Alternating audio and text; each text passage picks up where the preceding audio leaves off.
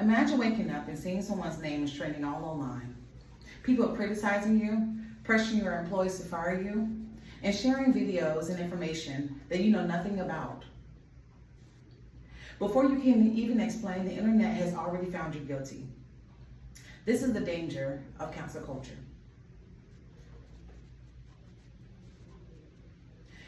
My position is that cancel culture does more harm than good because it punishes people without having a fair process, giving consequences that are way too extreme, and making people afraid to honestly speak out.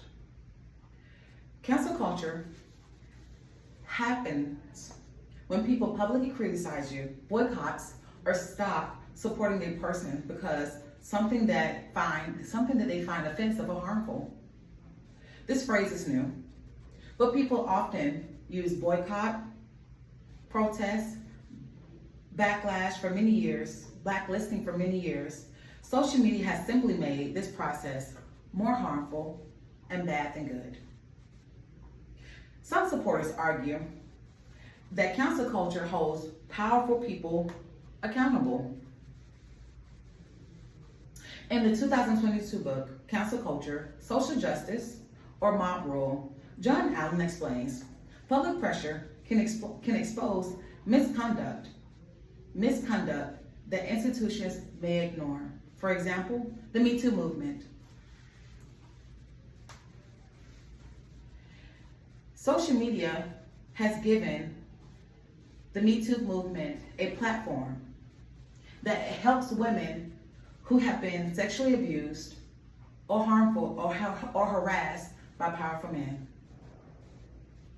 My first argument is cancel culture often punishes people before they know all the facts.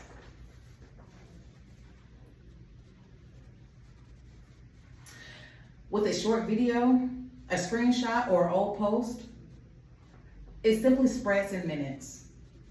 Even when important details are taken out, misconstrued, or simply changed.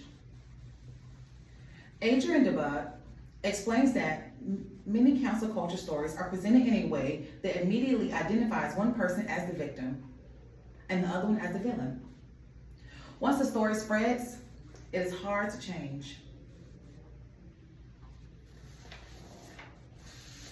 My second argument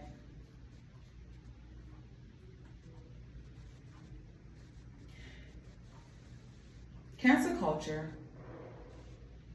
often has punishment people. I'm sorry, I'm going to read that again. My second argument is that punishment often does not match the offense. I'm going to read that one more time. Sometimes the punishment does not match the offense. Paul Quincy explains that being canceled can also affect someone's job, their reputation, their friendships, and their future opportunities. One careless mistake, one careless comment, one careless post can completely change the trajectory of someone's life. In this photo, you have a mother who has an 18-year-old son who recently passed away from someone's careless mistake, decisions, and choices.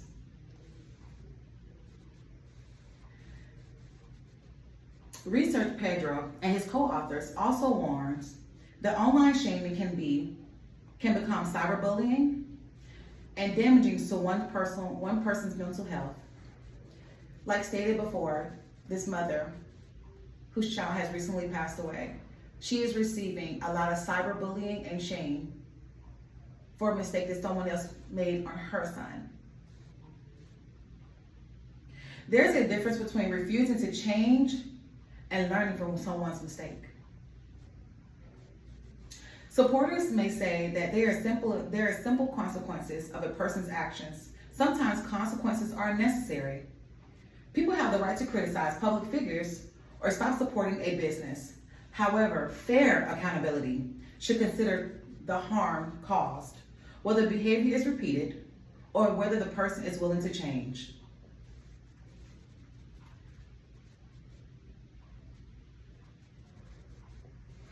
My third and last argument, cancel culture creates fear and limits honest conversations. Students may avoid questioning teachers. Employees may hesitate questioning their boss to avoid important conversations because they are feared that they will be misunderstood or fired. In a 2025 study by Nicholas Diaz and his other counterparts, researchers found that most people have not personally taken part in cancel culture, but may have still believed they've been affected in some way. They also found that Democrats and Republicans support punishment when they strongly disagree with the message. This shows that cancel culture is not a problem just with This shows that cancel culture is not only a problem on one political side.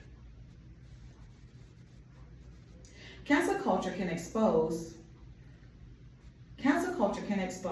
wrongdoings and marginalize people's voice. But those benefits do not make every online campaign fair. We should still report abuse, criticize harmful behavior, and report when someone's being harmful or violent. The difference is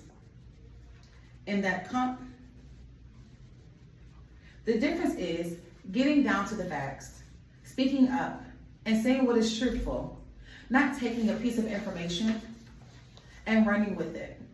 People's lives are at stake.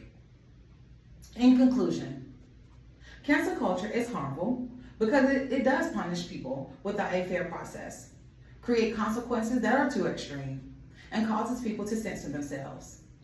Society should not have often choose between protecting free speech or holding people accountable.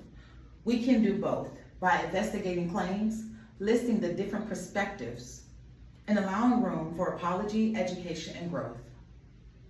Real justice should not depend on who's angrier or who's more popular. It should depend on the truth, fairness, and whether a person's actions show up in the world. Thank you.